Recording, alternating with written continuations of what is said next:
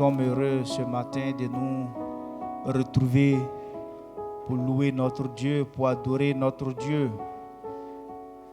Les circonstances peuvent paraître difficiles, mais le Seigneur permettra que son peuple puisse toujours l'adorer et le louer. Et c'est pourquoi ce matin, nos cœurs sont dans la joie. Et nous sommes heureux d'être parmi vous, d'être avec vous, pour ensemble louer et adorer notre Dieu. Nous voulons continuer notre temps de louange et d'adoration à notre Dieu. Cette fois-ci, en écoutant sa parole, nous allons prendre nos Bibles dans le livre des commencements, la Genèse. C'est là que tout commence. C'est là que toute chose prend sa source. C'est pourquoi nous allons donc lire dans le livre de la Genèse, Genèse chapitre 6,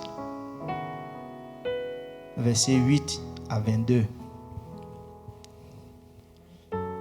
Genèse chapitre 6, 8 à 22.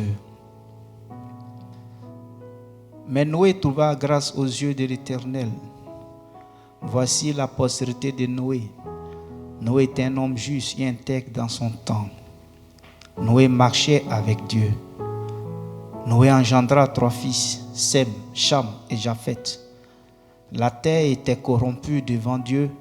La terre était pleine de violence. Dieu regarda la terre et voici, elle était corrompue, car toute chair avait corrompu sa voie sur la terre. Alors Dieu dit à Noé, la fin de toute chair est arrêtée par devers moi, car ils ont rempli la terre de violence. Voici, je vais les détruire avec la terre. Fais-toi une hache de bois de gopher. Tu disposeras cette hache en cellules et tu l'enduiras de poids en dedans et en dehors. Voici comment tu la feras. L'hache aura 300 coudées de longueur, 50 coudées de largeur et 30 coudées de hauteur. Tu feras à l'hache une fenêtre que tu réduiras une coudée en haut. Tu établiras une porte sur le côté de l'hache et tu construiras un étage inférieur, un second et un troisième. Verset 17. Et moi, je vais faire venir le déluge d'eau sur la terre pour détruire toute chair ayant souffle de vie sous le ciel. Tout ce qui est sur la terre périra, mais j'établis mon alliance avec toi. Tu entreras dans l'âge, toi et tes fils, ta femme et les enfants de tes fils avec toi. De tout ce qu'il vit, de toute chair, tu feras entrer dans l'âge 2 de chaque espèce pour les conserver en vie avec toi.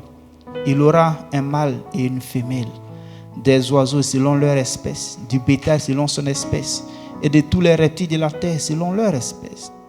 2 de chaque espèce viendront vers toi pour que tu leur conserves la vie. Et toi, prends de tous les aliments que l'on mange et fais-en une provision auprès de toi, afin qu'ils te servent de nourriture ainsi qu'à eux. Verset 22, enfin, c'est ce que fit Noé. Il exécuta tout ce que Dieu lui avait ordonné. Que le Seigneur bénisse sa parole dans nos cœurs et que lui-même, il permette que nous puissions tirer instruction de ces quelques versets que nous venons de lire. Ce matin, je voudrais partager avec vous le thème suivant. Dieu se garde toujours un reste. Dieu se garde toujours un reste. Le texte que nous venons de lire nous relate l'histoire du déluge.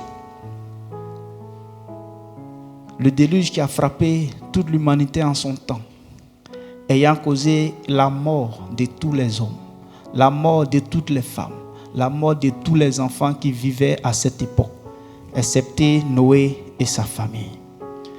Aujourd'hui, nous sommes frappés par un fléau et l'homme est alarmé, alors qu'il y a eu plus que cette maladie. Et il y a eu des choses plus graves que cette maladie quand nous parcourons la Bible. Jusqu'à ce jour, même pas le quart, encore moins le 1/10 de la population mondiale n'est touché. Et pourtant, l'homme est alarmé. Alors que quand nous lisons la Bible en Apocalypse chapitre 6, à l'ouverture des 7 sceaux, il nous est dit qu'il y aura un temps où le quart de la population mourra. en un instant. Donc c'est dire que ce que nous vivons au regard de la Bible n'est rien. N'est rien. Et pourtant, le monde est troublé. Et pourtant, le monde est paniqué. Là n'est pas ce matin l'objet de ma réflexion, mais je voudrais que nous comprenions qu'enfants de Dieu, quand survient une crise, aussi difficile soit-elle, aussi terrible soit-elle, le Seigneur se garde toujours un reste. Le Seigneur se choisit toujours des personnes qu'il épargne, qu'il met à l'abri, qu'il conserve, afin que ces personnes ne soient pas touchées par ce fléau. Et ce matin, je voudrais que nous le comprenions. Avec ce texte, je voudrais donc que nous voyions rapidement, brièvement, 3 vérités essentielles. La première, c'est que le Seigneur se conserve toujours un reste. La deuxième, quel est le critère qui permet à Dieu de se choisir un reste? Et enfin, pourquoi le Seigneur se choisit un reste? Pourquoi le Seigneur choisit un reste? La première vérité, le Seigneur se choisit toujours un reste. À l'époque, au temps de Noé, l'univers était rempli d'hommes et de femmes. Mais il s'est trouvé que de par leur vie, de par leur conduite, le Seigneur va décider de frapper le monde entier. Et quand le Seigneur choisit de frapper le monde entier, dans son amour, il va épargner la famille de Noé, les enfants de Noé, les femmes de Noé. Il va les épargner et tous les autres vont être touchés. Cela nous révèle que Dieu, quand survient un problème, il prend le temps de se choisir un groupe de personnes qu'il épargne. Nous voyons cette vérité également dans le livre de Deutéronome, chapitre 1. Nous voyons également que là, quand le Seigneur dans sa colère a décidé de frapper Israël parce que Israël n'écoutait pas, n'obéissait pas à sa voix, le Seigneur va épargner Josué et Caleb. Nous voyons dans le même livre de Genèse que le Seigneur, quand il décida de frapper Sodome et Gomorrhe, en Genèse chapitre 19, là encore le Seigneur va épargner Lot et ses 2 filles. Ces différents passages nous montrent, nous révèlent que toutefois qu'il y a une crise, toutefois qu'il y a problème, toutefois que l'humanité doit subir la mort, la colère de Dieu, le Seigneur prend le temps de se réserver un reste. Il prend le temps d'épargner un groupe de personnes. Il prend le temps d'épargner certaines personnes. La question est de savoir, est-ce que nous ferons partie de ceux que le Seigneur veut épargner? Est-ce que nous faisons partie de ceux que le Seigneur veut préserver? Est-ce que nous faisons partie de ceux que le Seigneur met à l'abri? Oh, ma prière ce matin est que nous qui écoutons ce message, nous puissions comprendre que le Seigneur y met à l'abri certaines personnes quand éclate une crise. Il met à l'abri certaines familles quand éclate une crise. Et je prie que ta famille soit épargnée. Et je prie que ta vie soit épargnée. Et je prie que nos vies soient épargnées. Comme la vie de Noé a été épargnée. Comme la vie de ses enfants a été épargnée. Comme la vie des femmes de ses enfants a été épargnée. Que de cette même manière, que le Seigneur se souvienne de nous, se souvienne de son alliance avec nous, se souvienne que nous sommes ses enfants et que dans sa grâce infinie, il puisse nous aussi nous mettre à l'abri. Qu'il en soit ainsi pour chacun d'entre nous. On pourrait se poser la question, pourquoi parmi tous ces hommes, parmi toutes ces familles, pourquoi c'est seulement Noé que le Seigneur a choisi? N'a-t-il pas eu discrimination? Dieu n'a-t-il pas fait acception de personnes? Non, rassurons-nous, le Seigneur, il n'est pas un Dieu arbitraire. Il n'est pas un Dieu qui fait acception de personnes, mais il est un Dieu qui est juste. Et il épargne avec justice ceux qui l'aiment. Cela m'amène à évoquer la deuxième vérité. Quel est le critère qui permet à Dieu de nous épargner? Sur quelle base Dieu peut épargner ta vie? Sur quelle base Dieu peut épargner la vie de mon frère? Sur quelle base Dieu peut épargner ta maison? Sur quelle base Dieu peut épargner tes parents? Sur quelle base Dieu toi-même peut t'épargner? Il ne le fait pas parce que tu vas à l'église. Il ne le fait pas parce que tu as telle situation. Il ne le fait pas parce que tu es un pasteur ou bien tu es ceci. Mais le Seigneur le fait sur la base d'un critère de justice. Il est dit, mais Noé, verset 8, trouva grâce aux yeux de l'Éternel. Premier élément à savoir concernant ce critère, c'est pas plus grâce. Noé trouva grâce. C'est pas plus grâce que le Seigneur dans son amour nous épargnera. Nous ne méritons rien. Nous ne sommes dignes de rien. Mais c'est pas plus grâce que Dieu se souviendra de toi et qu'il épargnera ta maison de cette maladie, de ce fléau. J'ai l'intime conviction, j'ai l'assurance que Dieu dans sa grâce va t'épargner, que Dieu dans sa grâce va te préserver. Ne dis pas en ton cœur, c'est parce que j'ai fait ceci, c'est parce que je suis plus juste, c'est parce que je le mérite. Non, Noé trouva grâce. De cette même manière, Dieu dans sa grâce se souviendra de toi. Mais pour que cette grâce se manifeste, nous devons savoir qu'il va de la nature de la relation que nous avons avec Dieu. Au verset 9, il est dit ceci: Noé était un homme juste et intègre. Dans son temps, Noé marchait avec Dieu. Si ce n'est pas grâce, cette grâce-là, pour hériter, pour bénéficier de cela, il faut que nous puissions marcher avec Dieu. Il faut que nous ayons une intimité avec Dieu. Bien-aimés, nous sommes dans une période de troubles, dans une période de confusion mondiale, de désastre mondial. Et nous voulons être épargnés. Dieu dans sa grâce nous épargnera. Mais l'élément qui permet à Dieu de nous épargner, qui permet à Dieu de trouver grâce à ses yeux, c'est la nature de notre relation avec lui. Quelle relation entretenons-nous avec Dieu?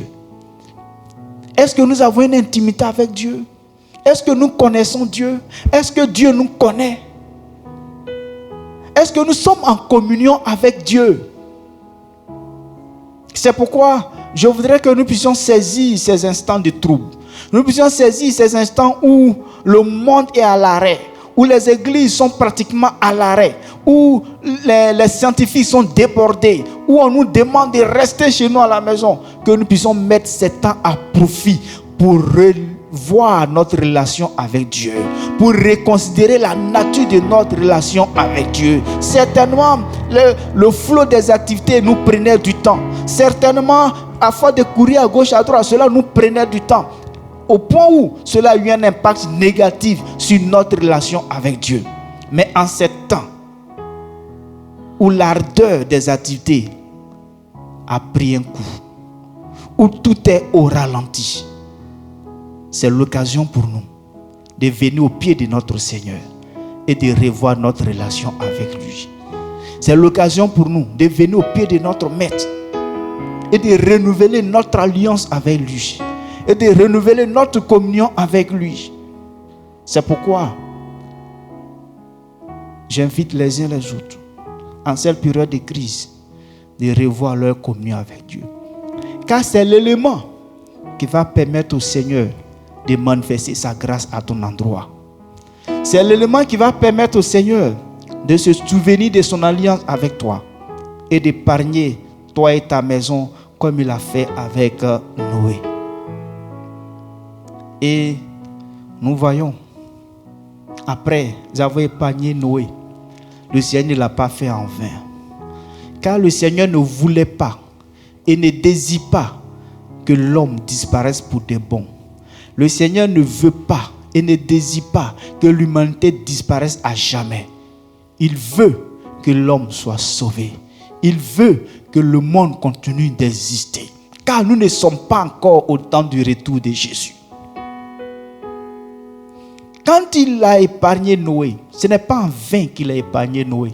Ce n'est pas pour rien qu'il a épargné Noé. Il a épargné Noé pour un but. Bien-aimé, dans cette crise, le Seigneur va se réserver un reste.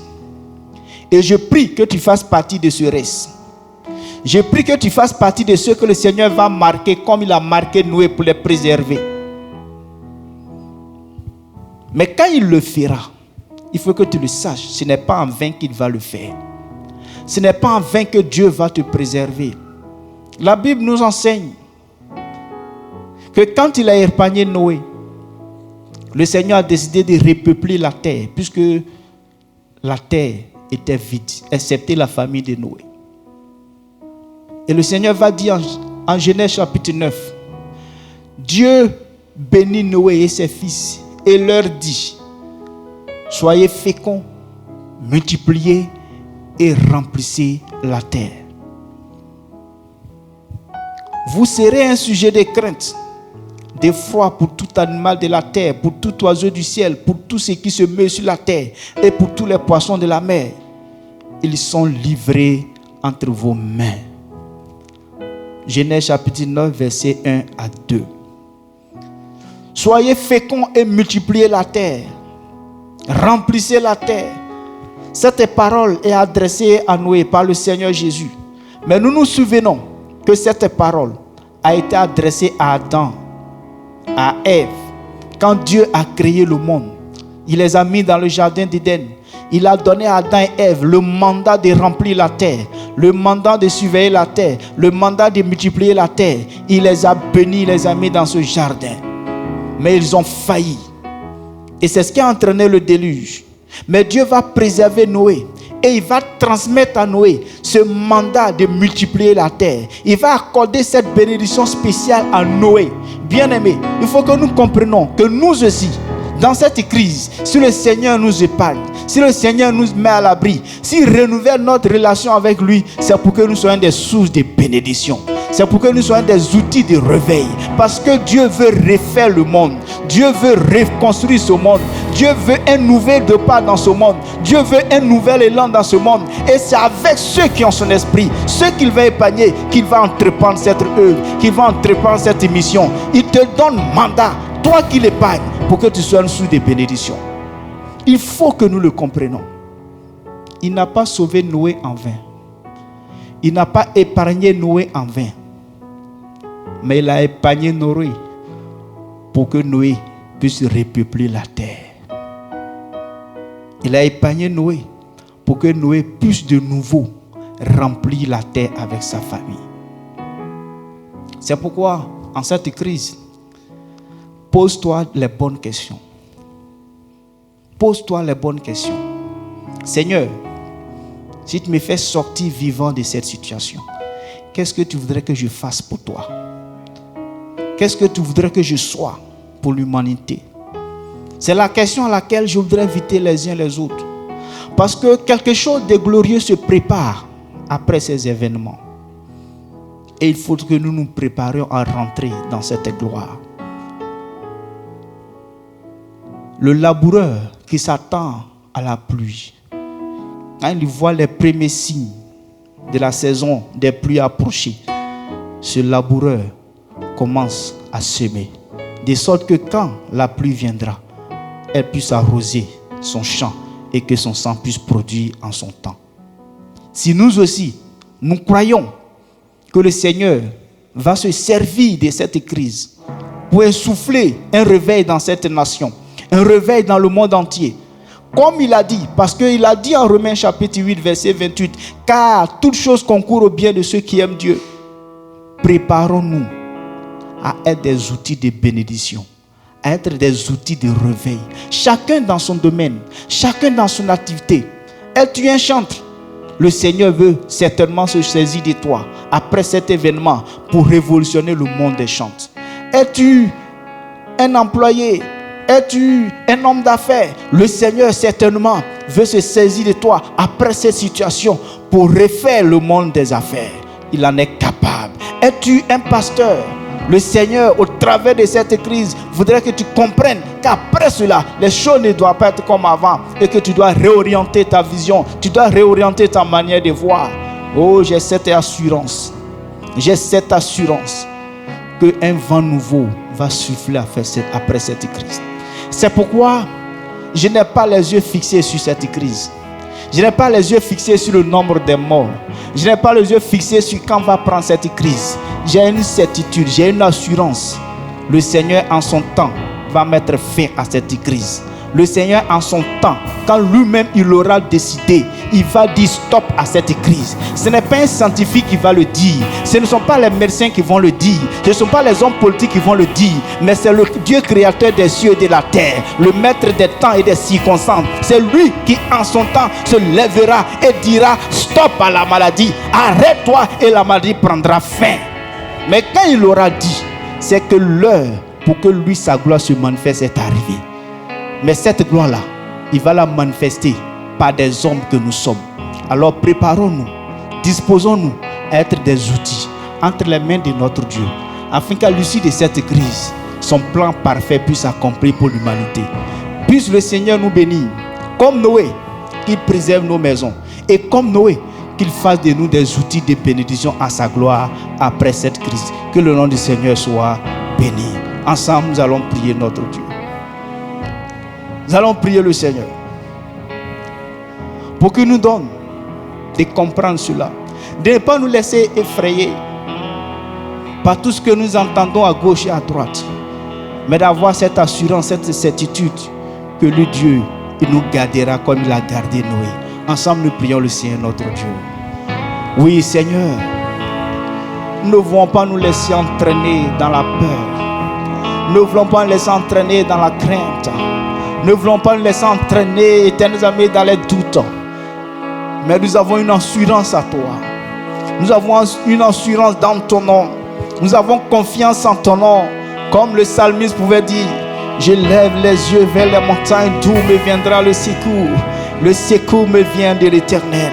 Et parce que tu es notre secours, tu sauras nous préserver, tu sauras nous garder, tu sauras prendre soin de nous, tu sauras nous assister, tu sauras nous épargner de toutes sortes de situations. Et même s'il arrivait que cette maladie nous atteigne, dans ton immense amour, tu pourras nous manifester ta puissance et nous guérir. Nous prions qu'une fois cela fait, que tu nous donnes d'être des outils entre tes mains, des instruments entre tes mains, que tu vas utiliser pour glorifier ton nom, pour manifester ton nom dans ce monde ici-bas.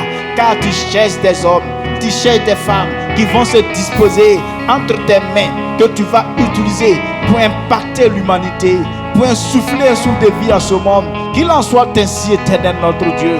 Nous voici devant ta face. Sers-toi de nous comme tu t'es servi de Noé pour repeupler la terre. Sers-toi de nous comme tu t'es servi de Noé pour repeupler la terre.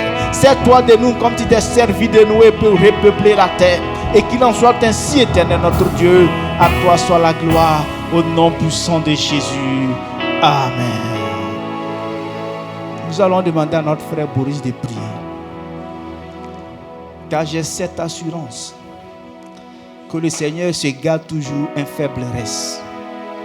Que le Seigneur se conserve toujours un peuple qu'il met à l'abri, qu'il met à part, afin que ce peuple ne soit pas touché par ce fléau. Et il le fait de sorte qu'à la fin, il se sert de ce peuple pour se glorifier. Notre frère va prier pour nous, afin que non seulement le Seigneur nous mette à l'abri, mais que le Seigneur également puisse se servir de nous à la fin de cette crise pour glorifier son nom. Nous te bénissons, notre Dieu et notre Père, toi qui n'as jamais été surpris par un événement, toi qui vois la fin de toute chose avant son commencement. Tu savais que cette situation arriverait et d'avance tu as déjà prévu la solution, comment sortir et que faire après cette situation. Jésus, tu es l'alpha et l'oméga. Tu es le commencement et la fin. Tu es le premier et le dernier. En ce jour, nous sommes heureux de réaliser que Tu as un plan pour l'humanité, bien plus pour ceux qui te servent, ceux qui te craignent. C'est pour cette raison qu'après avoir écouté ce message, nous voulons dire que nous sommes heureux parce que tu nous aimes. Et parce que tu nous aimes, tu prends plaisir de nous parler. Et en ce jour, tu nous dis que tu te réserves toujours un reste. Et nous avons compris cette parole.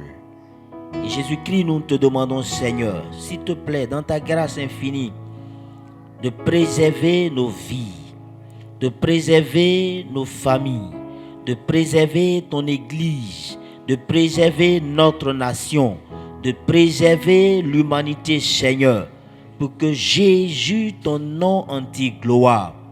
Nous voulons te prier, Seigneur, comme nous l'avons entendu, que si tu nous réserves, si tu nous préserves, c'est pour qu'en retour, nous puissions te servir. Jésus, tu cherches des hommes, des femmes qui vont se tenir à la brèche pour intercéder, pour révolutionner ce monde. Nous voulons faire partie de ceux-là. Mais Christ roi, nous savons que de par nos propres forces, nous n'y arriverons jamais. C'est pour cette raison, nous demandons, cher Saint-Esprit, de nous aider, de nous aider, de nous aider, de nous aider afin qu'au sortir de ce moment, nos vies ne soient plus les mêmes. Nous voulons réduire notre distance entre toi et nous pendant cette période. Nous voulons être davantage proches de toi, Seigneur, afin que Jésus, tu puisses nous parler, nous orienter, nous éclairer. Jésus, nous te demandons de le faire pour la seule gloire de ton nom. Non pas à nous, mais à ton nom donne gloire. Au nom puissant de Jésus, bénis ta parole à nous. Au nom de Jésus, Amen.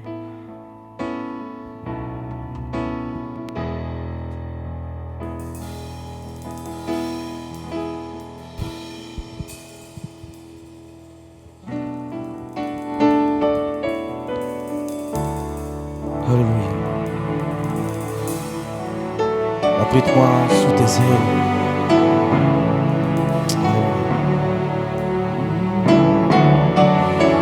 Quels que soient les vents et les marées, nous devons rester toujours sereins parce que nous sommes à l'abri. Nous demeurons à l'abri du Très-Haut. Alléluia.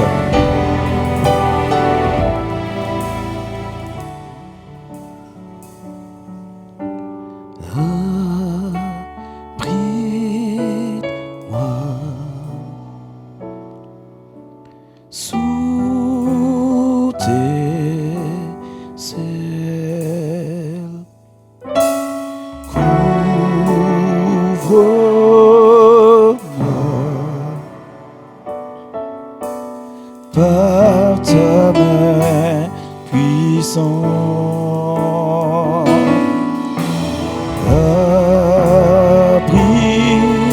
Abrite-moi sous tes ailes.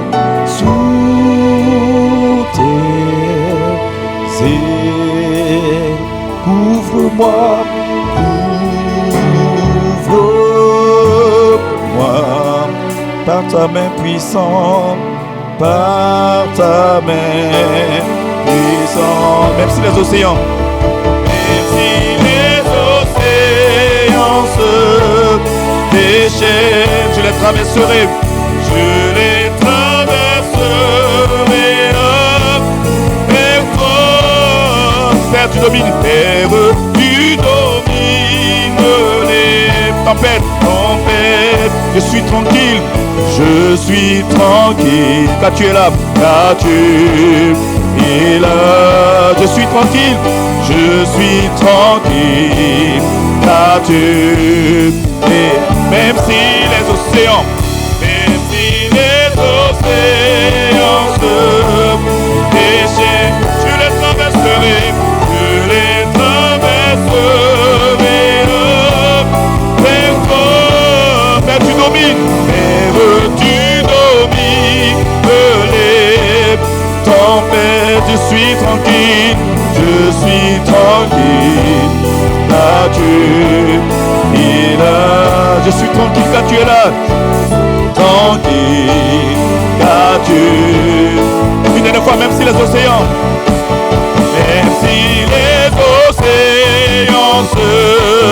Péchés, je les traverserai, Père, Père, tu domines, Père, tu domines les tempêtes. Je